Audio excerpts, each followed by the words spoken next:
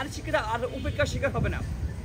আমরা বলতে চাই নারী শিক্ষার্থী আর কোনো বুলিংয়ের শিকার হবে না, কোনো মোরাল পুলিশিংয়ের শিকার হবে না, সেটা আমরা নিশ্চয় করতে চাই।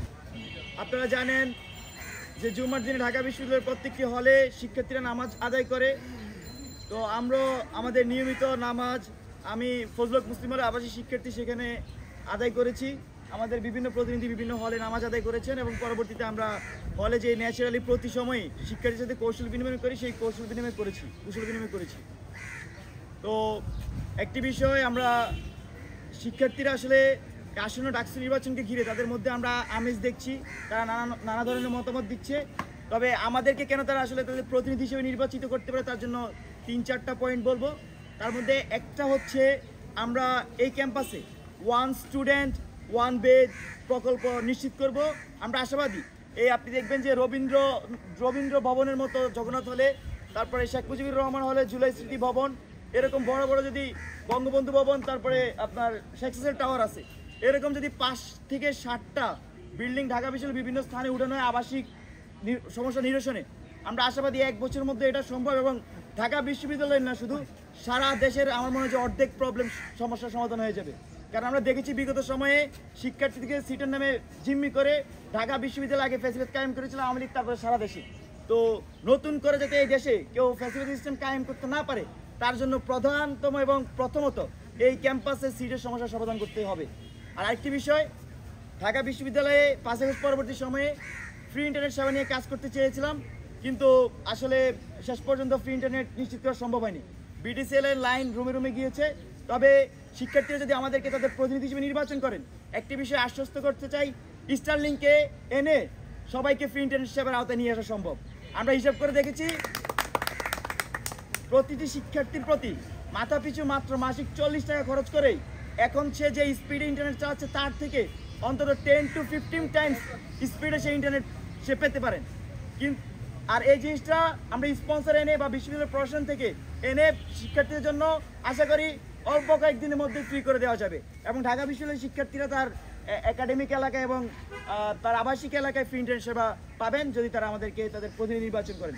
আর আরেকটি বিষয়, সেটা হচ্ছে আমাদের মেয়েদের হলগুলোতে আপনারা জানেন যে 10টা লাস্ট টাইম, সেটা আমরা দাবি জানাচ্ছি সেটা যদি 11টা পর্যন্ত করা হয় রেগুলার, আর লেট গেট টাইম হচ্ছে 12টা পর্যন্ত করা যায়। আর এছাড়াও প্রতিটা হলে একটি ডাক্তার, MBBS মেডিকেল ডাক্তার, যাকে জানে মেডিকেল অফিসার হিসেবে নিয়োগ দেওয়া হয়। কারণ আমরা দেখেছি মেয়েদের হলগুলোতে বিশেষত নানা গাইনি জটিলতায় তারা ভোগেন। তো এই বিষয়গুলো আমাদেরকে যদি তারা প্রতিনিধি হিসেবে নির্বাচন করেন, আমরা সেগুলো নিশ্চিত করবো ইনশাল্লাহ।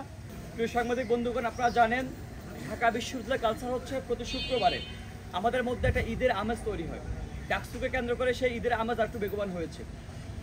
যথারীতি অনুযায়ী আজকে আমরা বিভিন্ন হলের মসজিদে আমরা নামাজ আদায় করেছি এবং শিক্ষার্থী তারপর কুশল বিনিময় সম্পন্ন করেছি। আমরা আজকে একটা বিষয় স্পষ্ট করতে চাই, আমরা যখনই শিক্ষার্থীদের সাথে কথা বলি তখন তাদের একটা কনসার্নের জায়গায় তারা আমাদের কাছে ব্যক্ত করেন, তারা একটা শঙ্কার মধ্যে তারা আছেন। গণ অভ্যুত্থানের পরবর্তীতে কিংবা গণ অভ্যুত্থান আগে যে পরিস্থিতি, শিক্ষার্থীরা গণ অভ্যুত্থান পরবর্তী তারা একটা ট্রমার মধ্যে আছেন, তারা একটা শঙ্কার মধ্যে আছেন।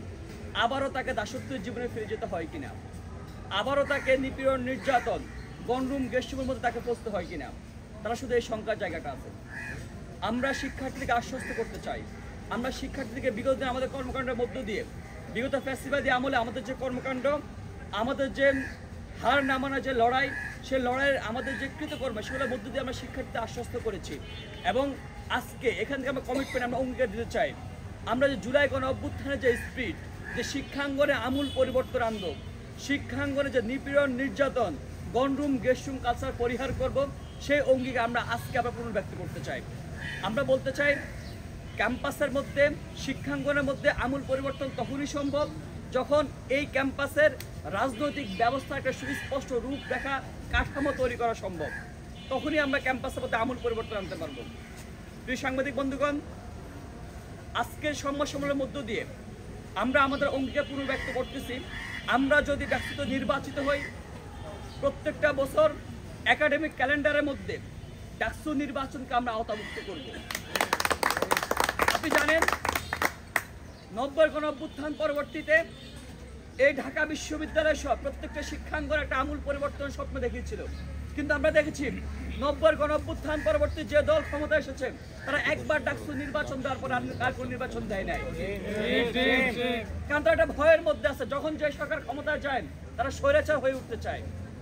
তারা সবচেয়ে বেশি বাধার সম্মুখীন শিক্ষার্থীদের কাছ থেকে।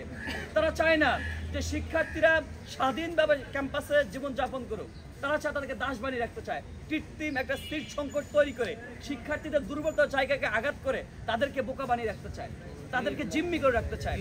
আমরা বলতে আজকে আমাদের আবু বকর মজুমদার আমাদের সহযোদ্ধা বলেছেন, তিনি বলেছেন যে আমরা 1 সিট 1 মেম্বার 1 স্টুডেন্ট আমরা সেটা নিশ্চিত করতে চাই। আপনি দেখেন ঢাকা বিশ্ববিদ্যালয়ে প্রায় অর্ধেকের বেশি নারী শিক্ষার্থী, অথচ শুধুমাত্র 5 হল নারী শিক্ষার্থীর জন্য। 5 আগস্ট পরবর্তী যখন আপনার বিদেশি ডেলিগেট যখন আসেন নারী শিক্ষার্থী হলগুলো দেখার জন্য, তখন তারা আমাদের প্রশাসনকে ধিক্কার জানিয়ে যায়। প্রশাসন সেটা একদম অবলোকে প্রকাশ করে যে আমাদেরকে ধিক্কার জানিয়েছে। আমরা সেই জায়গায় বলতে চাই নারী শিক্ষার্থীরা, আপনি দেখেন নারী শিক্ষার্থীরা আর উপেক্ষার শিকার হবে না। আমরা বলতে চাই নারী শিক্ষার্থীরা কোনো বুলিংয়ের শিকার হবে না, কোনো মোরাল পুলিশিংয়ের শিকার হবে না, সেটা আমরা নিশ্চিত করতে চাই। সেটার জন্য আমরা অ্যাক্ট তৈরি করতে চাই।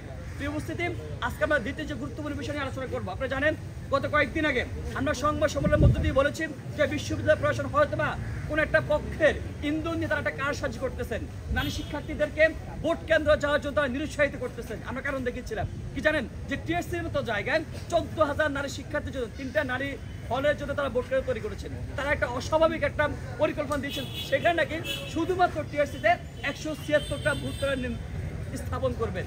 খুবই হাস্যকর বিষয়। আমাদের দাবির পরিপ্রেক্ষিতে বিশ্ববিদ্যালয় প্রশাসন তারা হচ্ছেন নারীদের 3টে হল টিএসসিতে একটা সুপে কামাটা নিয়ে গেছেন, তাদের ঠিক পাশে কার্যালয় নিয়ে গেছেন, একই সাথে আপনার রোকেয়া হল অন্য জায়গায় নিয়ে গেছেন। কিন্তু আমরা যে দ্বিতীয় যে দাবিটা জানিয়েছিলাম, আমাদের যে বঙ্গমাতা এবং কুয়েত মৈত্রী হল, আমরা দেখিয়েছিলাম যে বঙ্গমাতা কুয়েত মৈত্রী হলের ঠিক পাশে সমাজ কল্যাণ এবং গবেষণা ইনস্টিটিউট আছে। আমরা যদি নারী শিক্ষার্থীকে ভোটদানে অনুপ্রাণিত করতে চাই, তাহলে আমরা তাদেরকে সেই সুদূর বঙ্গমাতা কুয়েত মৈত্রী হল থেকে ঢাকা বিশ্ববিদ্যালয় ক্লাবে এত অস্বস্তি দিয়ে, এত দূরত্ব দিয়ে তাদেরকে এত ভোগান্তির শিকার করার কোনো মানে হয় না। আমরা প্রশাসনকে আবার স্পষ্ট কথা বলতে চাই, আমরা একবার আপনাকে দাবি জানিয়েছিলাম, দাবির পরিপ্রেক্ষিতে আপনার শুধু টিএসসিটা সংস্কার করেছেন, টিএসসি ভোট কেন্দ্রের মধ্যে পরিবর্তন এনেছেন। আমরা দ্বিতীয় দাবি জানাতে চাই, আপনারা আবারও যে বঙ্গমাতা এবং কুয়েত মৈত্রী হলে ভোট কেন্দ্র তাদের পাশে ঠিক ওই জায়গায় স্থাপন করেন। তারা নারী শিক্ষার্থীরা ভোটদানে অনুপ্রাণিত হবে, তারা সেটাকে ভোগান্তি মনে করবে না। আপনি জানেন অনাবাসিক শিক্ষার্থীরা সেখানে যেতে পারবে। আমরা আজকের সংবাদ সম্মেলনের মধ্যে থেকে আবারও প্রশ্ন দাবি জানাতে চাই যে শিক্ষার্থীকে